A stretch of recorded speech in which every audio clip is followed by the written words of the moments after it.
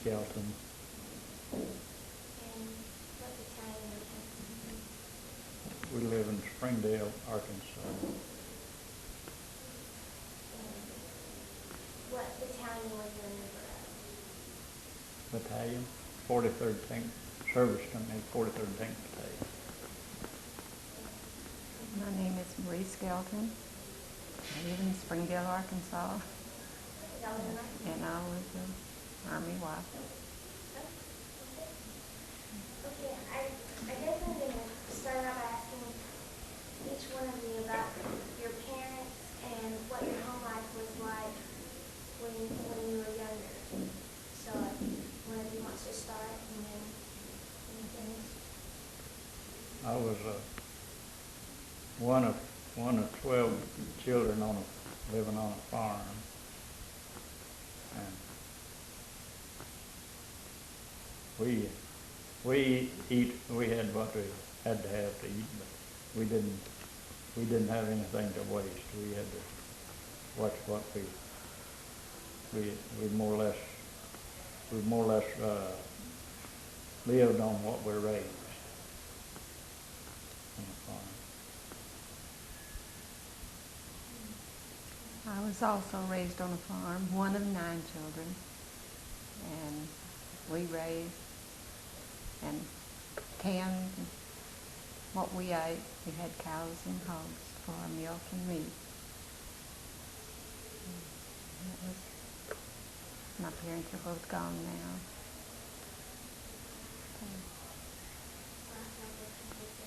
Yeah. And when you experienced the Depression, what did that for the rest of your life? How do you feel that that's affected your life? Did you notice it? I don't know if it really affected our life. I mean, we knew money was scarce. But we got by. What kind of education did you have? I finished the 9th grade. I finished the 9th grade. We lived in a country. We went to country school. We didn't have a high school there or buses to bus them at that time. Did y'all meet at school? Pardon? How did y'all meet? Did you meet at school or? We didn't go to the same school. We were in joining districts. I more or less knew his family, and he says he knows me a long time. So And there since first date on she was a Halloween. little girl, and I didn't date her until she was about 18. She claimed she didn't know me. You need to smile on your face. Pardon? Yeah. Well, that's about right. I knew his sisters, but I'd seen him, but I really didn't know who he was. But I guess it paid off. We've been married 54 years. It's about her all the time. When did you get married? Where? When? April 17th, 1993. We got married in Springdale, Arkansas. Were you a member of the 12th Army Division at that time? Yes. Yeah. When did you join the 12th Army? October of 42. And we got married in April of 43. What was it like when were you drafted or how did you? I was drafted. And can you tell me what Camp Campbell was like? It was a brand new place when we got there. We were the first soldiers there. And everything was new. We wasn't having to repair buildings or anything. It was all new. What about, do you remember Hellcat Camp? We, the Hellcat, the nickname, was, we got the Hellcat nickname at Camp Campbell. And someone picked the name for it, and I think he got a 3-day pass for giving it a nickname. And that, it stayed with us from then on.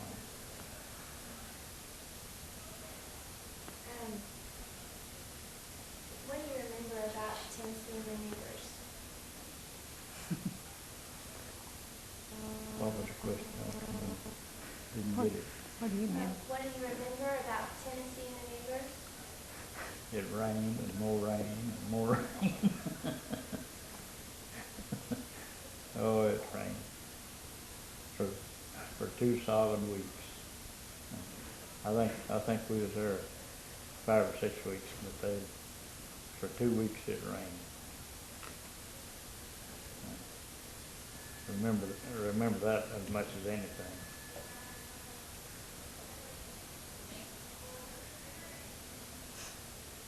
What do you remember about that time? Well, I wasn't there when you was on that, was I? I took you home before we went on the news. Went on the news. We lived in Hopkinsville for a while, and then we lived out at the gate of Camp Camel in a chicken house converted into 3 one-bedroom apartments. All time I was, I guess, about 6 months there after that. We had one chair, That's we had honest, one that's chair, good. a bed, and a little table, but that big square. That was the furniture. And we had, and a dresser. There was a dresser. I guess that housing was short. Pardon? Was housing short? No, they wasn't any. There wasn't any. That's more like, that's closer than saying it was short. Okay. What was when you left Camp Campbell and you came to Camp Barkley here in Abilene, what was that trip like, the train trip from Camp Campbell to Camp Barkley? It was, we rode in Pullman cars and had porters fix their beds for us. And it was an overnight trip, but they was waiting on us then. We wasn't waiting on somebody else. But that was my second train trip. I took one from California to Camp Campbell. I was drafted in California. We had a Pullman train all the way to Camp Campbell. That's a long trip. What was your first impression of Camp Barkley? After being in Camp Campbell, it wasn't very impressive because those barracks that was at Camp Campbell, some of the boys would get to fighting and one had knocked the other one through the wall. They'd actually knocked them through the wall, those plywood shacks. So it was quite a come down from Camp Campbell to Camp Barkley. Wind blowing all the time. Dust.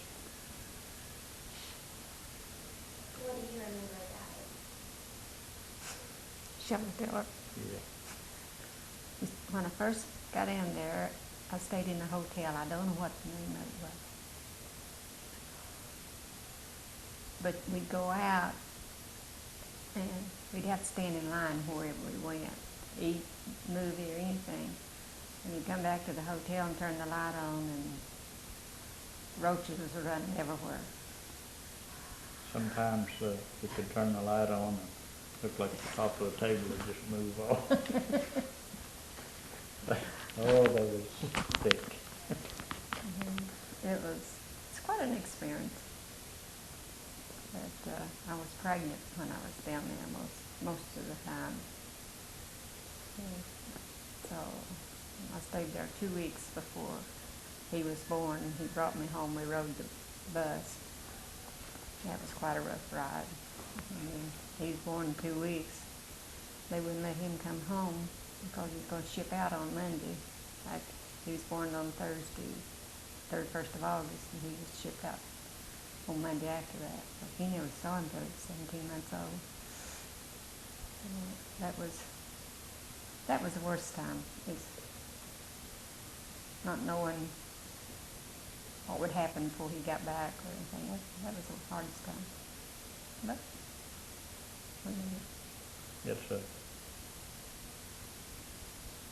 it's a different experience for raising a child that haven't seen you when they was young.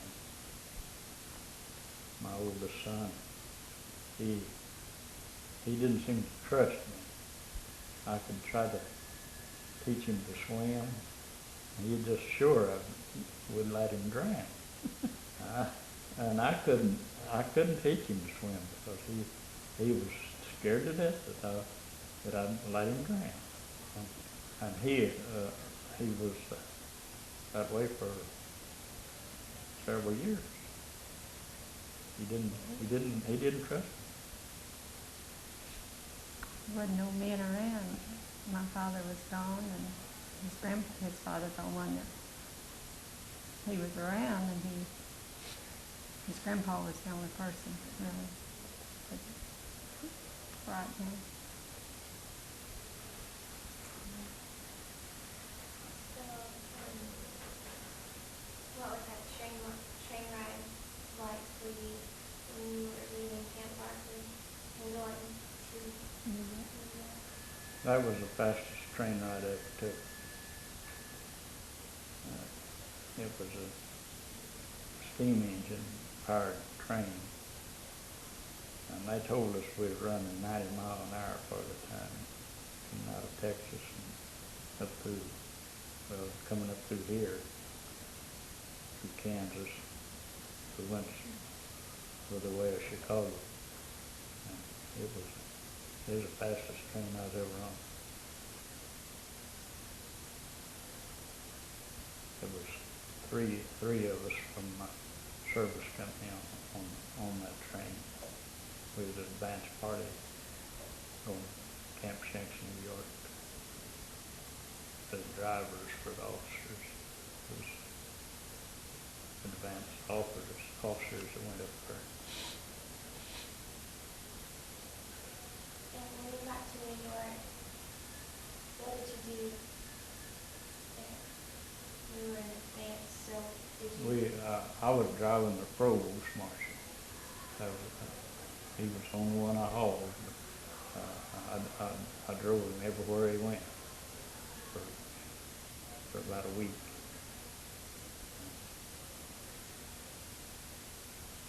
I hadn't drove a small vehicle for the Army. The only thing I'd ever drove was a big wrecker. Provost Marshal, he was on me all the time because I'd double clutch it sedan. It was a habit that I got in. I couldn't break myself of it. But he was on to me constantly. You don't double clutch a sedan.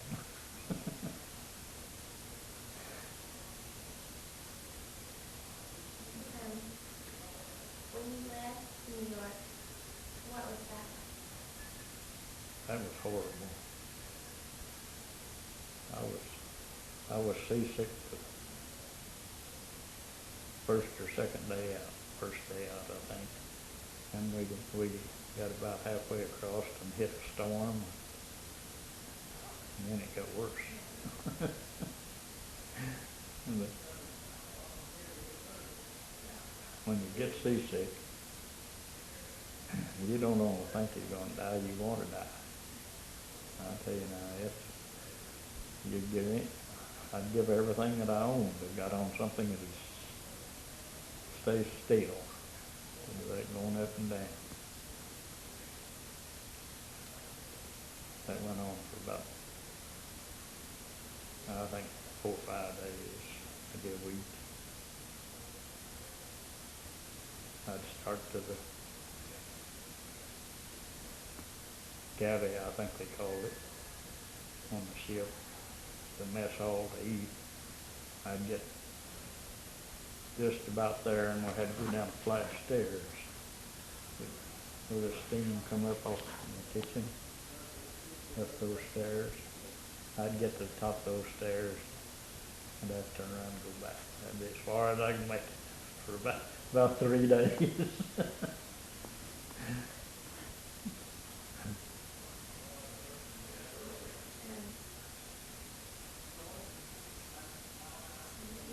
When you arrive in a, when you arrive in Europe, what was your first impression of Europe?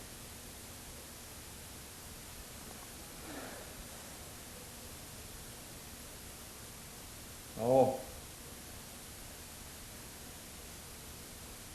I don't know. I don't know if I had much of an impression of it. It was raining. We landed in England, and it was raining most of the time, wet and rainy and cold.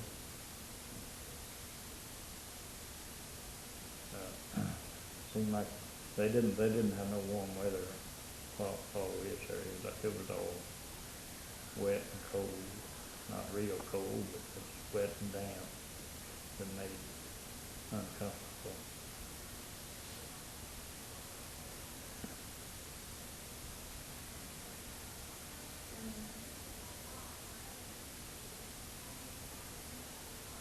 What was your training like at to work there in England? Didn't ride a train. We rode a truck to Tidworth. So your training, Hmm? when you trained, when you were training, after you got there? After we got there, I was in maintenance, and we wasn't training. We wasn't doing much training. We was getting new equipment and getting it ready and maintaining. Well, there was a lot of work to do on the equipment. We drew new equipment, new tanks, new trucks, and everything. And I was in the battalion maintenance, and we were busy getting in shape to win the battle. And they were putting modifications on tanks. And I think we even fixed some of them to unload it at sea. But we didn't have to. We unloaded them all on dry ground.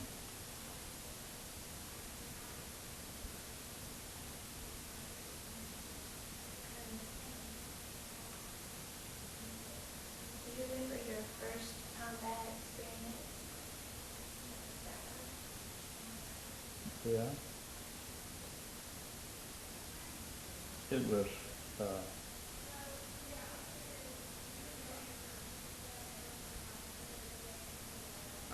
it wasn't pleasant, but our first week in combat, we lived in we were staying in a little pillbox from the Maginot, French Maginot line. And this pillbox was about half underground and half sticking out of the ground. Just real heavy concrete. I guess never been 2 foot thick. But the thing, water had come in it. So we'd every night before we'd go to bed, we stayed in the thing for a week. every night before we go to bed, while we'd bail the water out and carry it out and throw it out the door. Then we'd take ammunition crates, artillery shell crates, and stack them on the floor about 6 inches deep. And we had the tarp we'd put over that, and that'd give us the most of the night to sleep before the water started coming over the top of the tarp. And, but along about 4 o'clock in the morning, we'd have to get up and start carrying water. but all we was done for that week is every day we'd take this, was in a tanker recovery unit, 6 of us. It didn't have no gun on it, it had a boom and a winch on it. It made to set a tank up that it turned over and do it really easy. But we'd go back to the company where our service company was and get supplies every day we'd bring them gasoline, ammunition, whatever, all we could haul. And there was another tank. B company sent a tank with us that had a gun on it that for protection. And we had 2 miles to go back, and we had to go through the fields. We couldn't travel a road at all because they were zeroed in to return. We'd have to go around through the field, and that mud was so deep that we'd have to. This one tank had a little ammunition trailer on it, a little 2-wheel trailer that we could put maybe a ton of ammunition in, and we'd have to tie those 2 tanks together to pull that little old trailer through that mud. And it was just the tracks was about, the floor of the tank was about 18 inches to 20 inches off the ground, and we'd be dragging all the time in that mud. The tanks would be going down, tracks would be going down 18, 20 inches deep all the time. And we had about 2 miles of that on both ways, 4 miles altogether. And it would take us all day to make that trip. We'd have to, it'd get dark on us before we'd get back to the pillbox. We'd radio back around the pillbox for them to start up the tank and race the engine up so we'd know where to come to.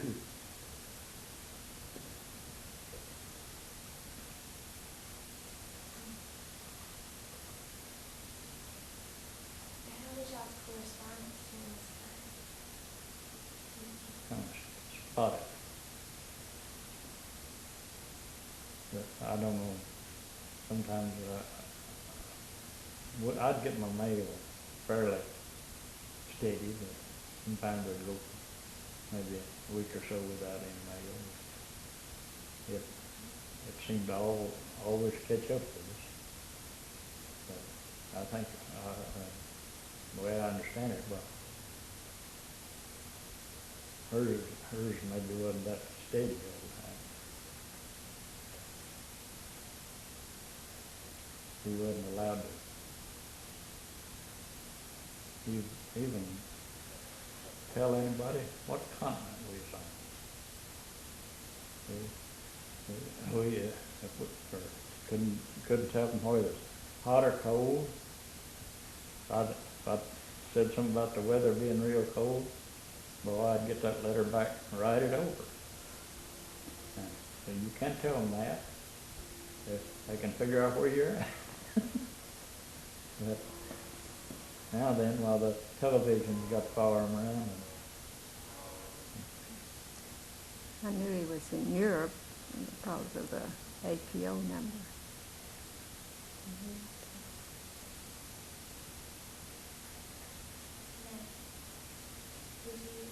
Did you write letters? Did you use email or? Email. Email. Yes.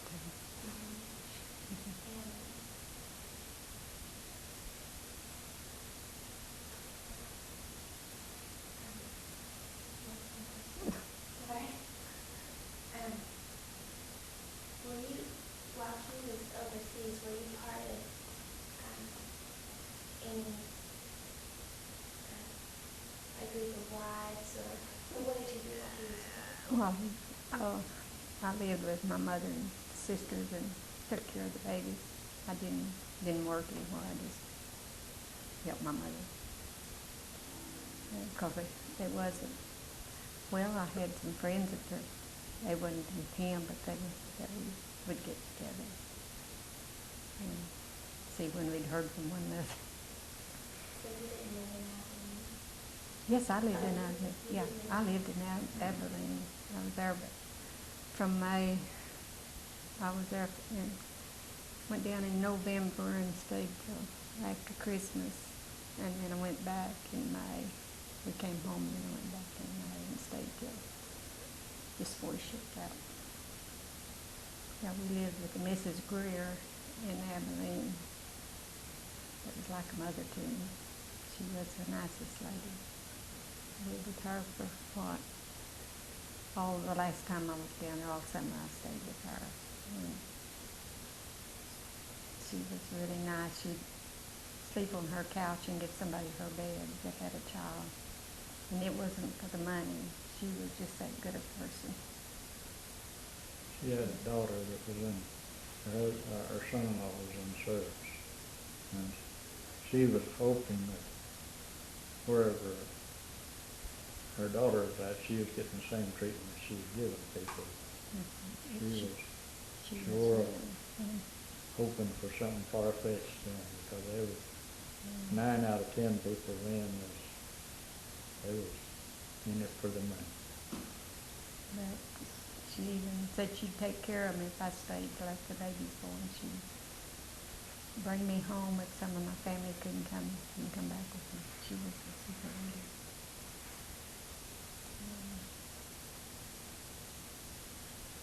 She was a widow lady.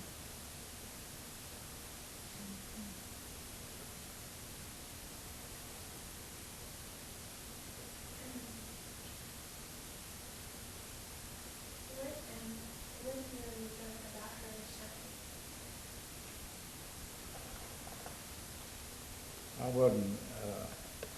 wasn't actually in her shine when that was a fact.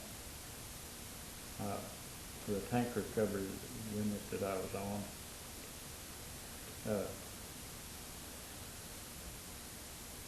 they went down to ordnance and they made a rack on the front of this tank that would carry a long span of bridge. And that tank recovery unit carried that span of bridge to a canal that they're having trouble to cross with.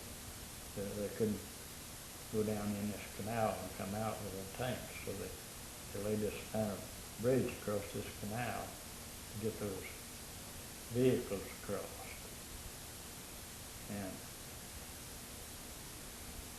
And I think about the first shot that was fired at the 43rd was fired at that recovery unit. And it ricocheted off of it. And what we found out later, that it ricocheted off up the road and exploded up the road behind us. The 17th Armored Infantry was sitting waiting to cross. And the captain of the company told the crew chief that when the artillery shell exploded, it killed 5 of his men. And that was about the first shot that was, I think, fired at the 43rd Tank Battalion. But the 714th had done been wiped out 2 days before that. They went in by themselves and they got wiped out. And then the 43rd and the 17th went in. And they was up for 2 days and they got wiped out. I think the division, well, the 43rd, I don't know about the other battalions, but the 43rd had 52 medium tanks. And 2 days, 2 nights, they had 12 of them.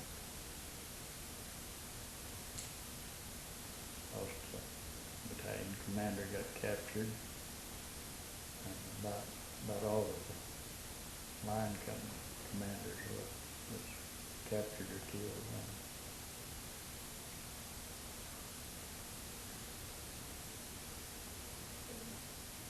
Did you have any experience with the German POWs? Yeah, we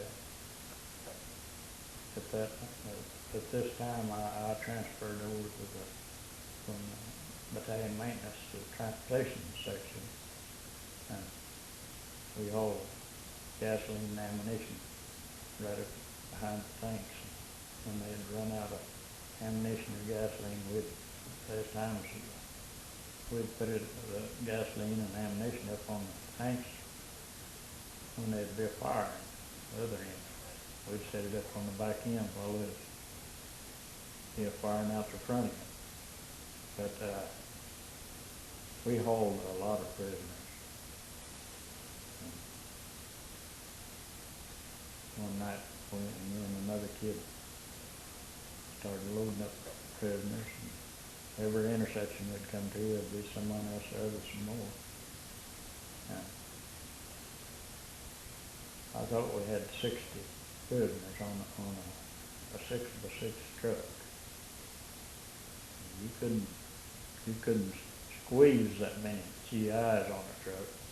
But every time we'd stop, they'd have 3 or 4 more they'd want to put on there. But when they counted them off, well, they told us that there's 58 of them. 25 Americans on the back end of the truck and made a load. But the POWs, the prisoners didn't give us any trouble.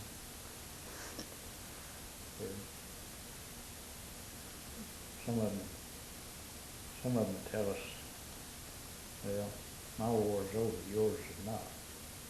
And they was proud that their war was over. But ours had to go on. Did you tell about the SS? SS.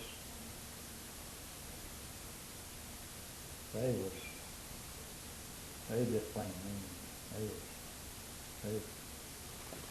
They was trained to be mean. And most of them took their training pretty good.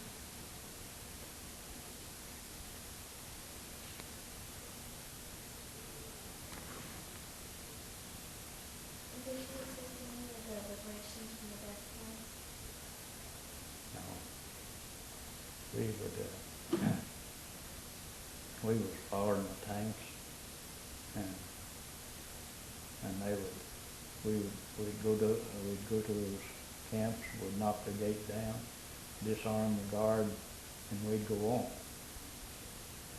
We didn't have to go inside of any of them, because we was headed for the next one somewhere, and we didn't take time enough to even look around or anything.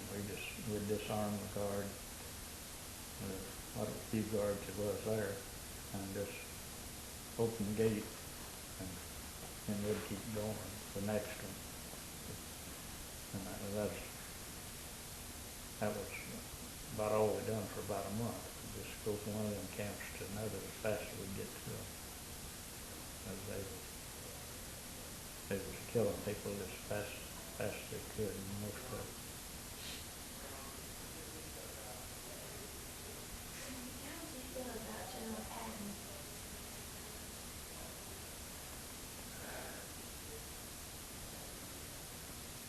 I don't. He shortened the war. He kept, and I really think was as much as he shortened the war, he may have cost some people their lives, but I think he by shortening the end of the war up, he possibly saved more lives than it cost the army. he had his own ideas about everything. And that, if you was under him, that's the way you done it.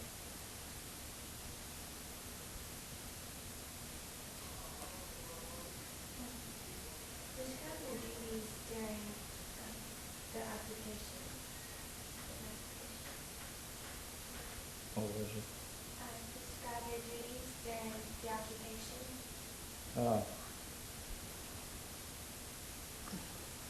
Didn't have a whole lot to do.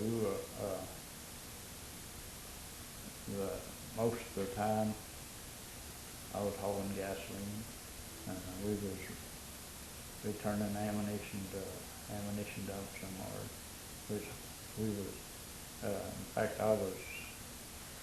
just went to the office and told them that I'd rather stay out on the truck than to stay around the headquarters having someone yelling at me all the time. So whenever I'd come in, I'd just go off one trip, I'd just go to the office and tell them I was ready to go the next morning.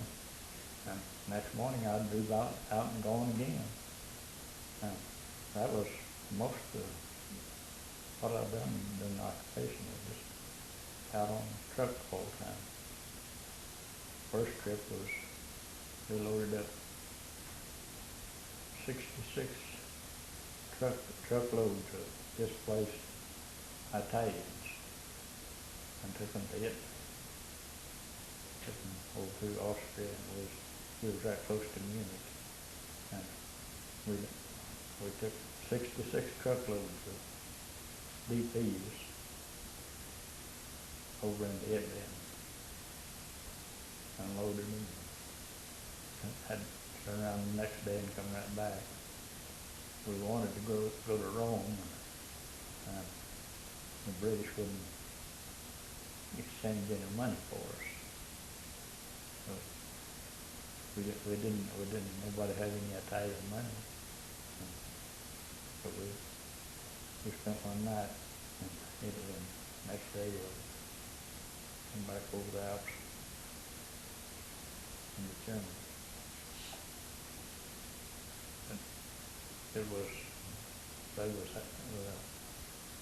We were sending trucks somewhere all the time. I was all over southern Germany, over in Italy,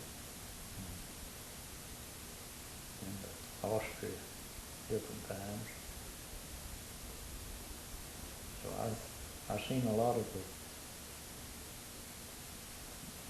that part of the country after the war is over, because I was over there another 6 months after the war will come on.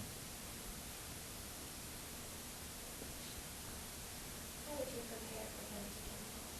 Pardon? How did you prepare for him to come home? What did you expect?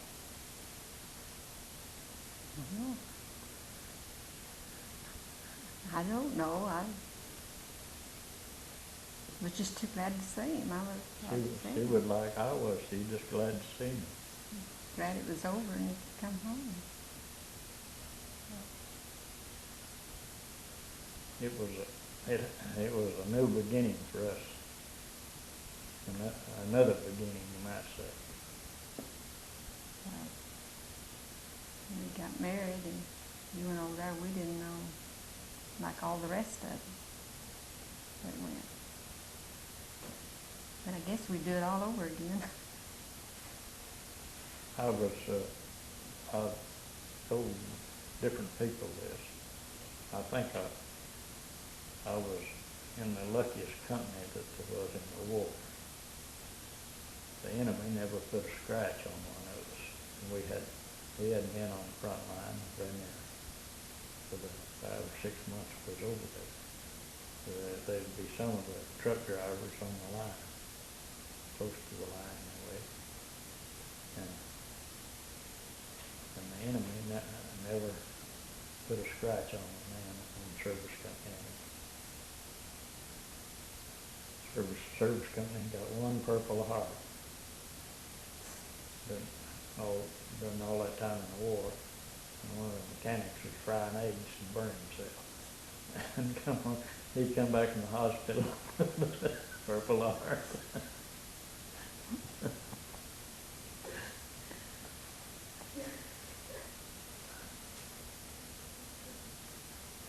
So I wasn't no hero, but I was lucky.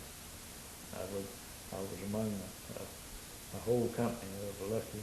I mean, just plain good luck. We had three men get shot. Two of them shot themselves with old grease guns, we call them, a little old submachine gun that was dangerous, more dangerous than the Germans. And one of the platoon leaders, sergeants, got shot, got killed playing quick draw. One of the truck drivers shot him through the neck, killed him. Plain old, just plain stupid, playing quick draw. I wasn't with him when it happened, but the boy that was said he was standing right by the boy that shot him, and he was out on the road march or walk on foot to get some exercise, and they stopped for a break, and one of them said to the other, "I can outdraw you." But this kid jerked this old grease gun up and jerked the bolt back on him. And he said, "I slapped the barrel down towards the ground and told him, said, you want to kill somebody at that time." And the next time I went for 15 minutes up the road, and they stopped again. And one of them, the sergeant, he had we call it a P-38. I think it was a British pistol. And they had to see who could draw the fastest again that time. Well, his hand slipped off that bolt, and it went forward while it fired and killed him.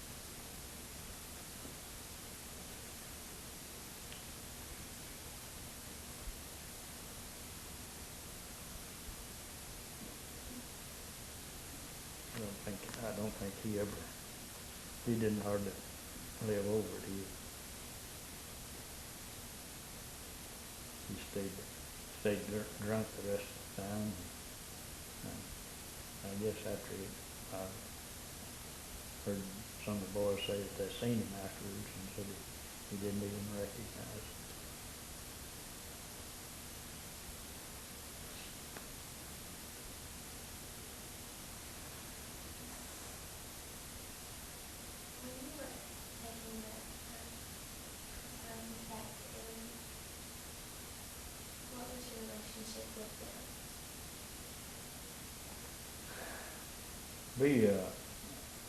We couldn't talk to him, and all we could do was we'd drive for a couple hours and stop for a break and that. But as far as having any dealings with him, well, we couldn't, because we couldn't. Very few of the boys could speak any Italian. We could say a word to them if they'd understand. But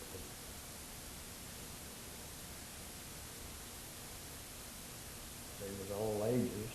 There's some little kids with them that have been born over in concentration camps. But there's all ages, so wasn't too many real old people. There's from middle-aged down to babies on convoy.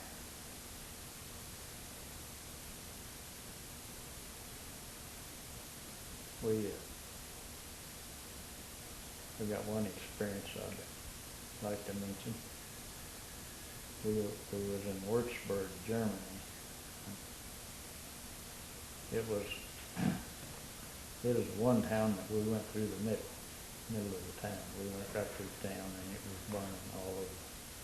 And snipers were still firing at us as we went through. But all the other big towns we come to, we'd fight up to the edge of town, and they'd tell us to go around, and the infantry would go through.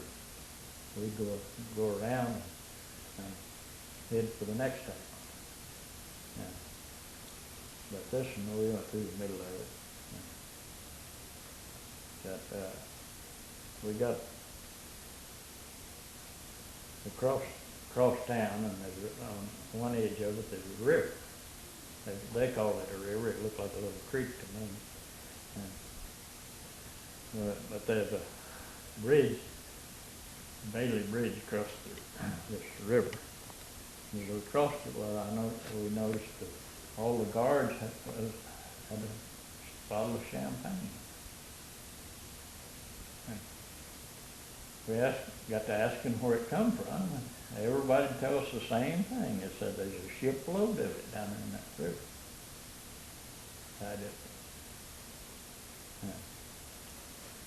I told him, I said, that couldn't be right, because he couldn't float a fishing boat up that thing. And so the next day we had to come back for gas, ammunition. So we stopped at this bridge and asked them where the champagne was. They said it's tied up right up there, about a block above the bridge. So as we come back by with our gasoline and ammunition, we drove up there with one of the trucks. And this old German it was a tugboat instead of a ship. It was just an old tugboat, and he had it loaded with champagne. And so every time we'd carry out a case, we just went on and started carrying it out. And we put 13 cases on top of a load of gasoline. And every time we'd come out, he'd mark it down on his paper and got through. He reached it to the sergeant to sign. So we signed it for him. Major T.S. And so we got back to the C company, or whatever company was following that day was. And by that time, the sergeant, he'd done got drunk on us in the champagne. And a little bit, here comes S2, I think they called him. He was the captain in charge of the supplies, see. And he come to see where Sergeant Copeland, how much supplies Sergeant Copeland needed. And we couldn't do nothing but tell him where he was. And he went in there, and Kopelecki's passed out on the bed in this house. And he shook him, woke him up. Oh, go away and leave me alone. He shouldn't have said that. That captain, he come out of that house, and he didn't take about 2 steps from the front door of the house to his jeep. But in about 30 minutes, here come our tomb leader, first lieutenant. And he got Kopelecki and put him in the jeep. And he gave us strict orders. If he come back and found one bottle of that champagne, he was going to court-martial everyone. So we had to get busy and break 13 cases of champagne right there. But I couldn't figure out what this old boy was doing. Going up the river. Now, he was in the middle of the war. Würzburg had just been bombed and shelled until it was burning all over. And this old boy was going up the river with this load of champagne in that tugboat. I found out 30 years later from one of the lieutenants that he talked to or had someone to talk to him. And I asked him what he was doing. And he said that champagne, he was taking that champagne to Birch Gardens for Hitler's birthday party. And he said, Hitler is going to be mighty mad if I don't have a receipt for wherever bottle of it. he thought he was going to, whenever we went on, he thought he was going to go on to Birch Garden and what he had left of that champagne.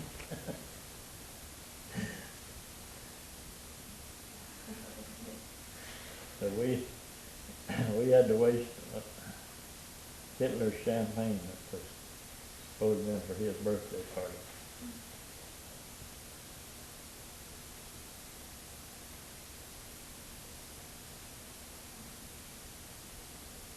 Is there anything else y'all would like to say? Any other stories? No, that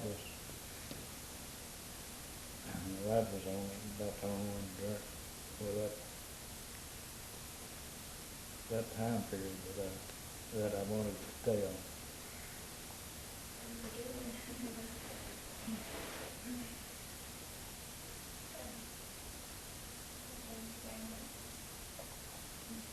Thank you.